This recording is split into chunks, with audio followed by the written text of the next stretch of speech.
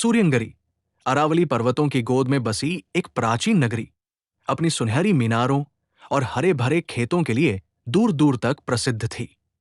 यहाँ की सुबह सूरज की पहली किरणों के साथ शुरू होती, जो पत्थरों पर पड़कर सोने सी चमक पैदा करती थी। शहर की गलियां पत्थरों से बनी थी, जिन पर समय की गवाही देने वाले निशान थे।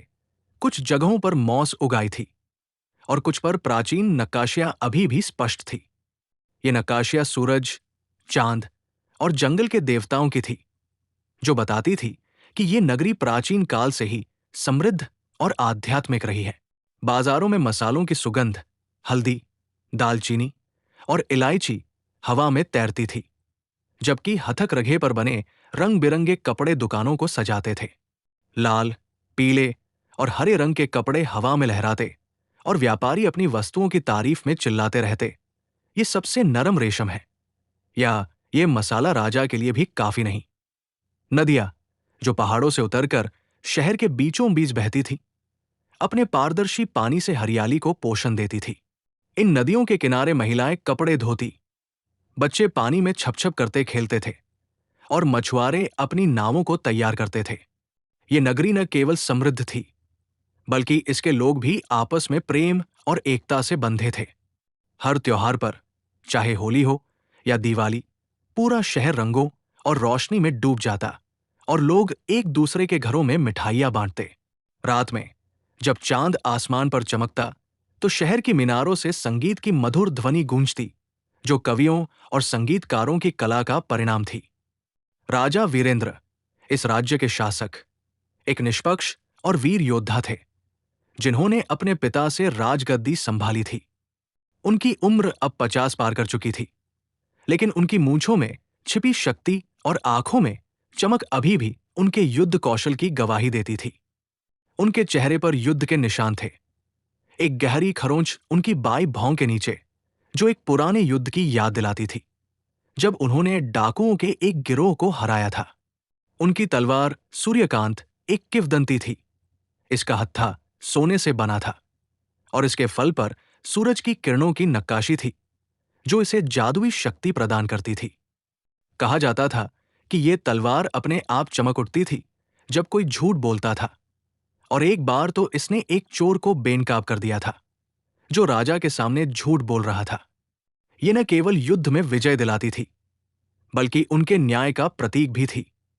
दरबार में जब कोई विवाद होता, तो राजा सूर्यकांत को मेज पर रखकर फैसला सुनाते, और लोग मानते कि तलवार उनके सत्य को स्वीकार करती थी। उनकी रानी, महारानी सुंदरी, एक दयालु हृदय वाली महिला थी, जिनकी सुंदरता उनके चरित्र से भी बढ़कर थी। उनके लंबे काले बालों में सफेद धागे अब उभर आए थे, लेकिन उनकी मुस्कान अभी भी बच्चों को आकर्षित करती थी। वे हर सुबह गरीबों के लिए भोजन वितरित करती और बच्चों को पढ़ाती, जिससे राज्य में शिक्षा का प्रसार हुआ। उनके दरबार में कवि, संगीतकार और विद्वान हमेशा उपस्थित रहते, जो राज्य की समृद्धि और संस्कृति को दर्शाते थे। एक कवि ने एक बार लिखा था, वीरेंद्र का शासन सूरज की तरह और सुंदरी का प्यार चांद की तरह। रानी की एक खास परंपरा थी। हर पूर्णिमा पर वे एक छोटा सा उत्सव मनाती, जिसमें वे बच्चों को कहानियां सुनाती, जिनमें जादू और साहस की बातें होती। राजकुमार अर्जुन, राजा वीरेंद्र और महारानी सुंदरी का एकमात्र पुत्र, इस स्वर्णिम युग का केंद्र था। उसकी उम्र अभी 20 वर्ष की थी, लेकिन उसकी तलवारबाजी की कला उसके पिता से भी बढ़कर मानी जाती थी। लंबा कद, गहरी काली आंखें और सूरज की तरह चमकता चेहरा उसे भीड़ से अलग करता था। उसके बाल कंधों तक लहराते थे और हर सुबह वो उन्हें बांधकर प्रशिक्षण के लिए जाता था। उसका गुरु महर्षि अग्निवेश एक बूढ़े लेकिन शक्तिशाली योद्धा थे, जिन्होंने अर्जुन को बचपन से तलवार की हर चाल सिखाई थी। सुबह की ठंडी हवा में जब पहाड़ों से कोहरा उतरता, अर्जुन अपने हाथों से तलवार को इस तरह चलाता कि वो हवा को भी काटता प्रतीत होता था। उसकी तलवार नीलकमल को उसने अपने दादा से विरासत में पाया था। ये एक साधारण दिखने वाली तलवार थी, जिसका हत्था नीले पत्थर से बना था, लेकिन अर्जुन की मेहनत से ये चमक उठती थी। वो इसे हर रात साफ करता और इसके फल पर तेल लगाकर रखता, मानो ये उसकी सबसे बड़ी संपत्ति हो। अर्जुन का बचपन महल की छतों पर दौड़ते हुए बीता, जहां वह अपने पिता की तलवारबाजी देखकर सीखता था। एक बार जब वो मात्र 10 वर्ष का था, उसने पिता की तलवार उठाई और एक लकड़ी के लक्ष्य को सटीक निशाना लगाया, जिससे दरबार में तालियां बजी। उस दिन राजा वीरेंद्र ने कहा था, तू मेरा गर्व है, अर्जुन। लेकिन अर्जुन का हृदय विनम्र था। वो प्रशंसा को मुस्कान के साथ स्वीकार करता, फिर भी अपने कर्तव्य पर ध्यान देता। सूर्यनगरी के लोग अर्जुन को अपने भविष्य के राजा के रूप में देखते थे। बाजारों में, जहां मसालों की महक और हथक रघे के रंग बिखरे रहते, लोग उसकी प्रशंसा करते थे। बच्चे उसके पीछे पीछे दौड़ते और कहानियां सुनाते कि एक दिन वो किसी बड़े खतरे से राज्य को बचाएगा। एक बार जब अर्जुन बाजार से गुजरा, तो एक छोटा लड़का उसके पास आया और बोला, राजकुमार, क्या आप हमें डाकुओं से बचाएंगे? अर्जुन ने मुस्कुराते हुए उसका सिर सहलाया और कहा, मैं तुम सबकी रक्षा करूंगा, ये मेरा वचन है। उसने उस लड़के को एक सिक्का दिया, जो खुशी से दौड़ गया। लेकिन अर्जुन का हृदय विनम्र था। वो अपने लोगों के साथ घुल मिल जाता, उनकी समस्याएं सुनता और कभी कभी बाजार से फल फूल खरीदकर गरीबों में बांट देता। एक बार उसने एक बूढ़ी औरत को अनाज दिया, जिसने आंसुओं के साथ कहा, तुम सच्चे राजा हो बेटा। ये सादगी उसे और लोकप्रिय बनाती थी। लोग कहते, जब अर्जुन राजा बनेगा तो सूर्यनगरी स्वर्ग बन जाएगी। फिर भी सूर्यनगरी के इस स्वर्णिम युग पर एक छाया थी, एक प्राचीन अभिशाप। 5-5 वर्षों के अंतराल पर आकाश सूख जाता, बादल गायब हो जाते और नदियां सूखने लगती, फसलें मुरझा जाती और लोग भूखे मरने की कगार पर पहुंच जाते। ये अभिशाप सैकड़ों साल पुराना था, जिसकी उत्पत्ति एक जादुई तलवार से जुड़ी थी। कथा थी कि ये तलवार अरावली के जंगल की गहराइयों में छिपी थी और केवल सच्चे हृदय वाले योद्धा को चुनती थी। राजा वीरेंद्र ने अपने शासनकाल में कई बार इस अभिशाप से लड़ने की कोशिश की। उन्होंने विद्वानों और ज्योतिषियों को बुलाया, मंदिरों में यज्ञ करवाए और जंगल में खोज दल भेजे, लेकिन हर बार असफल रहे। एक बार एक ज्योतिषी ने भविष्यवाणी की थी कि अभिशाप तभी टूटेगा जब कोई युवा योद्धा तलवार को पाएगा, लेकिन यह भी चेतावनी दी कि रास्ता खतरों से भरा होगा, राक्षसों, जादू और पहेलियों से। एक और कथा थी कि तलवार की रक्षा एक शक्तिशाली राक्षस कालदंश करता था, जो केवल साहस और बुद्धि से हराया जा सकता था। एक शाम जब सूरज लालिमा लिए डूब रहा था, राजमहल में एक अजीब शांति छाई थी। अर्जुन अपने कमरे में तलवार नीलकमल की चमक साफ कर रहा था। कमरे की दीवारों पर तलवारबाजी के पुराने चित्र टंगे थे। एक में उसका दादा युद्ध में विजयी दिख रहा था और दूसरे में एक जादुई तलवार की कथा थी, जिसमें एक योद्धा राक्षस से लड़ता दिखाई देता था। एक छोटी खिड़की से बाहर का दृश्य दिखाई देता था, जहां सूर्यनगरी की मीनारें चांदनी में चमक रही थी। तभी दरवाजे पर दस्तक हुई। ये गुरु भानु थे, जो राज्य के सबसे बुद्धिमान सलाहकारों में से एक थे। उनके चेहरे पर गहरी चिंता की लकीरें थी और उनके हाथ में एक पुराना लकड़ी का संदूक था, जिस पर जटिल नक्काशियां थी, सूरज, चांद और जंगल के प्रतीक। राजकुमार, भानु ने गंभीर स्वर में कहा, यह संदेश आज सुबह जंगल से आया है, इसे तुम्हें ही देना था। अर्जुन ने संदूक खोला। अंदर एक पीले रंग का चर्मपत्र था, जिस पर लाल स्याही से लिखा था, जादुई तलवार अरावली के हृदय में छिपी है। सच्चा योद्धा उसे पाएगा और अभिशाप तोड़ेगा। समय निकला जा रहा है। पत्र के नीचे एक नक्शा बना था, जो जंगल की गहराइयों की ओर इशारा करता था। नक्शे पर पहाड़ों, नदियों और एक चिन्हित स्थान, एक त्रिकोण के भीतर एक तलवार का प्रतीक दिखाई दे रहा था। अर्जुन का हृदय तेजी से धड़कने लगा। उसने भानु की ओर देखा, जिनकी आंखों में चिंता और उम्मीद दोनों थी। ये मेरा कर्तव्य है, गुरुजी, अर्जुन ने कहा, मैं इस अभिशाप को खत्म करूंगा। भानु ने सिर हिलाया, लेकिन ये यात्रा आसान नहीं होगी। जंगल में खतरे हैं, राक्षस, जादू और वो तलवार जो केवल सच्चाई को पहचानती है। तुम्हें तैयार होना होगा। पहले राजा से अनुमति लो और फिर हम योजना बनाएंगे। अर्जुन ने संदूक को बंद किया और खिड़की से बाहर देखा, जहां सूर्यनगरी की मीनारें चांदनी में चमक रही थी। उसने मन में ठान लिया कि चाहे कुछ भी हो, वो अपने लोगों के लिए ये लड़ाई लड़ेगा। अगली सुबह वो राजा वीरेंद्र से मिलने के लिए तैयार हुआ, जहां एक नई यात्रा की शुरुआत होने वाली थी। सूर्यनगरी की सुबह आज कुछ अलग थी। आकाश में बादल छाए थे और हवा में एक अजीब सी नमी थी, मानो प्रकृति भी इस नए मोड़ का एहसास कर रही हो। राजमहल के भीतर राजा वीरेंद्र का दरबार सजीव था। सोने और चांदी से जड़े स्तंभों के बीच रेशमी पर्दों से ढके दीवारों पर प्राचीन युद्धों की तस्वीरें टंगी थी। दरबार में आज खास सभा बुलाई गई थी, जिसमें राजकुमार अर्जुन, गुरु भानु और राज्य के प्रमुख सलाहकार मौजूद थे। महल की खिड़कियों से बाहर का दृश्य दिखाई देता था।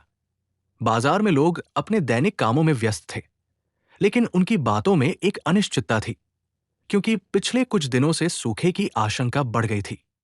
नदियों का पानी कम हो रहा था और किसान चिंतित थे कि अगला 5वां वर्ष अब दूर नहीं है। अर्जुन, जो रात भर सो न सका था, सुबह से ही तैयार था। उसने अपनी तलवार नीलकमल को कमर में बांधा और उसका नीला हत्था सूरज की किरणों में चमक रहा था। उसकी आंखों में एक नई चमक थी, उत्साह और जिम्मेदारी का मिश्रण। गुरु भानु ने उसे सलाह दी थी कि वो पहले राजा से अनुमति ले, और अब वो उसी के लिए दरबार में खड़ा था। राजा वीरेंद्र सिंहासन पर बैठे थे। उनके सिर पर मुकुट चमक रहा था और उनके हाथ में सूर्यकांत तलवार थी, जो उनकी शक्ति का प्रतीक थी। महारानी सुंदरी उनके बगल में थी। उनके चेहरे पर चिंता की लकीरें साफ दिख रही थी। पिता, अर्जुन ने आगे बढ़कर कहा, उसकी आवाज में दृढ़ता थी, मुझे जंगल की यात्रा पर जाना है। वो जादुई तलवार जो हमारे अभिशाप को तोड़ सकती है, मुझे उसे लाना है। उसने गुरु भानु द्वारा लाया गया संदूक खोला और चर्मपत्र को राजा के सामने रखा। नक्शा खुला और दरबार में सन्नाटा छा गया। सभी की नजरें उस नक्शे पर टिकी थी, जहां त्रिकोण के भीतर तलवार का प्रतीक चमक रहा था। राजा वीरेंद्र ने चर्मपत्र को ध्यान से पढ़ा। उनकी भौहें सिकुड़ गई और उन्होंने सूर्यकांत को मेज पर रखते हुए कहा, अर्जुन, ये यात्रा खतरों से भरी है। मैंने स्वयं कई बार जंगल में खोज दल भेजे, लेकिन कोई वापस नहीं आया। क्या तुम इस जोखिम को ले सकते हो? उनकी आवाज में पिता का प्यार और राजा की चिंता दोनों थी। अर्जुन ने सिर उठाया और कहा, पिता, मैं जानता हूं कि यह आसान नहीं होगा, लेकिन अगर मैं ये नहीं करूंगा तो सूर्यनगरी का क्या होगा? लोग भूखे मरेंगे और हमारा राज्य तबाह हो जाएगा। मैं अपने लोगों के लिए ये कर्तव्य निभाऊंगा। उसकी आंखों में आंसू थे, लेकिन उसने उन्हें रोक लिया। महारानी सुंदरी ने उठकर अर्जुन के पास आते हुए कहा, मेरा बेटा, मैं तुम्हारे साहस से गर्वित हूं, लेकिन एक मां के रूप में मेरा दिल डरता है। कृपया सावधान रहना। उसने अर्जुन के माथे को चूमा और एक छोटा सा ताबीज निकालकर उसे दिया। ये मेरे दादा का था, ये तुम्हें सुरक्षित रखेगा।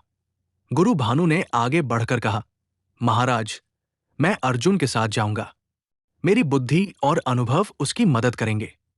साथ ही हम विजय को भी साथ लेंगे। वो घोड़ा जो कभी हार नहीं मानता। विजय, अर्जुन का विश्वास पात्र घोड़ा, महल के अस्तबल में था, जहां वो अपनी काली चमक और मजबूत पैरों से सभी को प्रभावित करता था। राजा वीरेंद्र ने कुछ क्षण सोचा, फिर सिर हिलाया।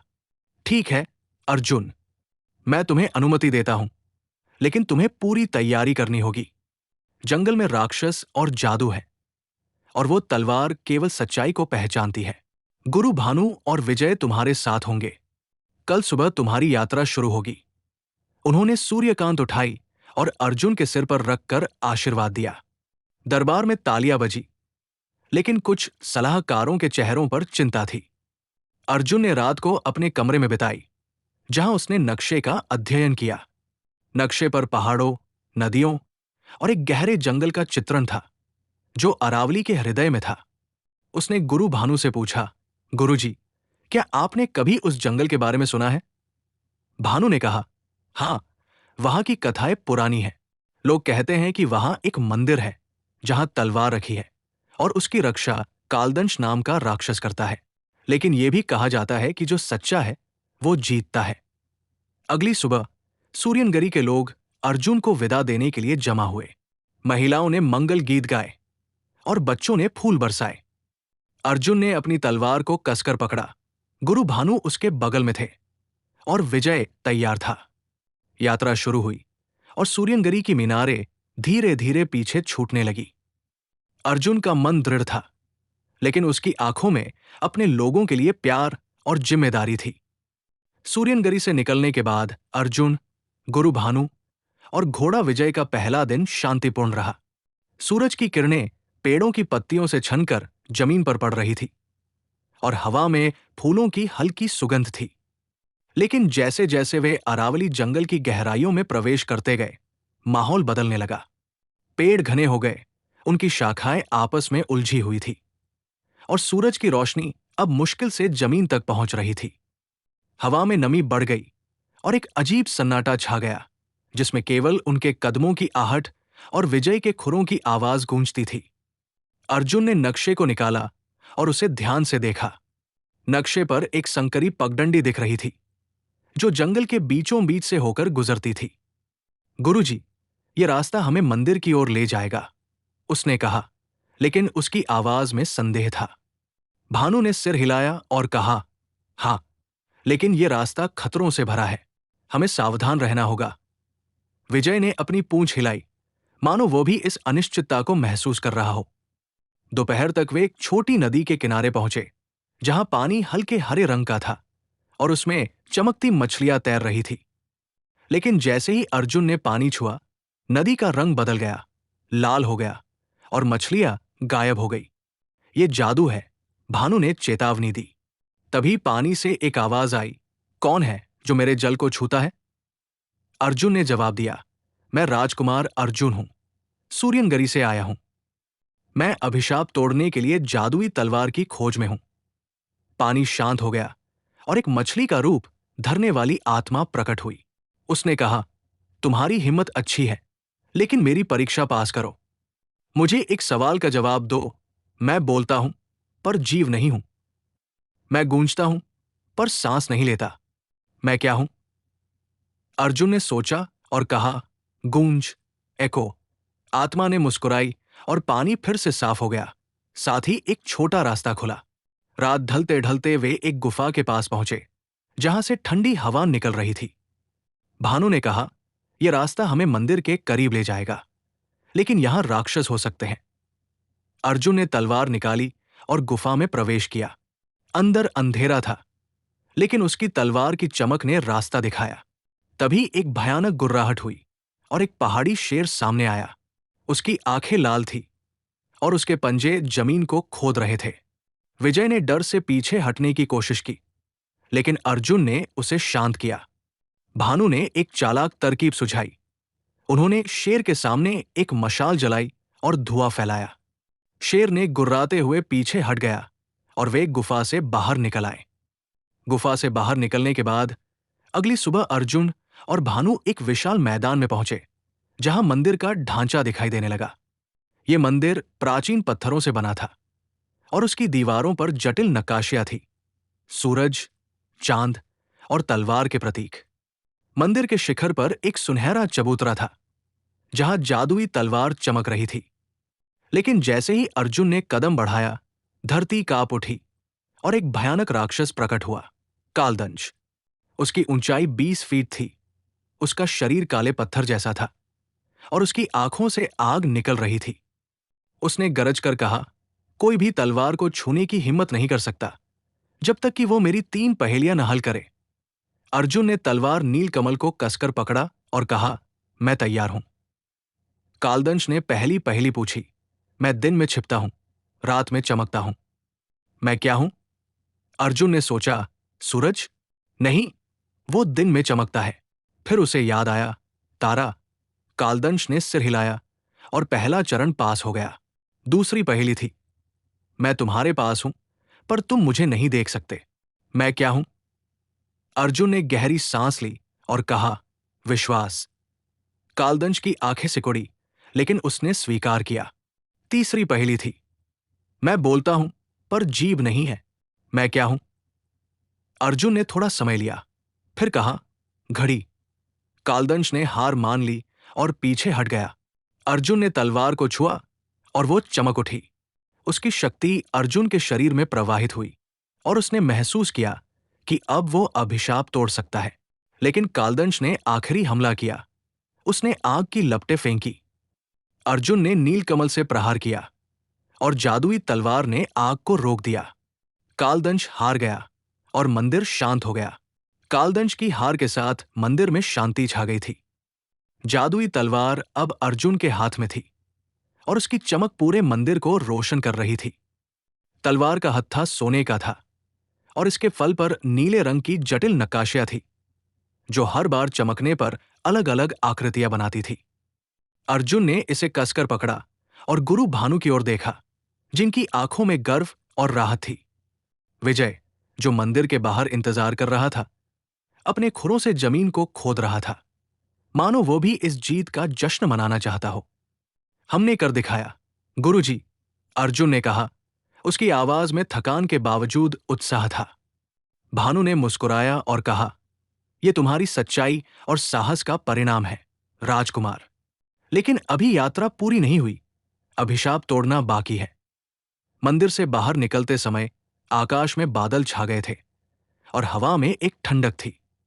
नक्शे को फिर से देखते हुए अर्जुन ने देखा कि तलवार के प्रतीक के पास एक नया चिन्ह उभर आया था। एक सूरज और पानी का संयोजन, जो सूर्यनगरी की ओर इशारा कर रहा था। यह हमें घर ले जाएगा, अर्जुन ने कहा, और वे चल पड़े। रास्ता अब आसान नहीं था। जंगल में पेड़ों की शाखाएं टूटी हुई थी और जमीन पर कालदंश की हार के निशान थे। लेकिन जादुई तलवार की चमक ने उन्हें मार्गदर्शन किया और हर कदम पर अर्जुन को एक नई शक्ति का एहसास हो रहा था। दूसरे दिन जब वे जंगल के किनारे पहुंचे तो उन्होंने सूर्यनगरी की मीनारों को धुंध में देखा। लेकिन आकाश अभी भी बादलों से ढका था और कोई बारिश नहीं हुई थी। अर्जुन ने तलवार को ऊपर उठाया और कहा, इस अभिशाप को खत्म करने का समय आ गया है। उसने तलवार को जमीन में गड़ा दिया और एक चमकदार प्रकाश फैल गया। धरती कांप उठी और आकाश में बादल फट गए। बारिश की बूंदें जमीन पर गिरी, नदियां फिर से बहने लगी और हवा में फूलों की सुगंध फैल गई। सूर्यनगरी के लोग, जो इंतजार कर रहे थे, खुशी से चिल्लाए और नृत्य करने लगे। अर्जुन और भानु सूर्यनगरी पहुंचे, जहां राजा वीरेंद्र और महारानी सुंदरी दरवाजे पर उनका स्वागत करने के लिए खड़े थे। राजा ने अर्जुन को गले लगाया और कहा, तूने अपने राज्य को नया जीवन दिया, मेरा बेटा। महारानी सुंदरी की आंखों में आंसू थे और उन्होंने अर्जुन को फिर से ताबीज दिया, जो अब और चमक रहा था। दरबार में एक भव्य उत्सव हुआ, जहां कवियों ने अर्जुन की वीरता की प्रशंसा में गीत गाए और संगीतकारों ने मधुर धुनें बजाई।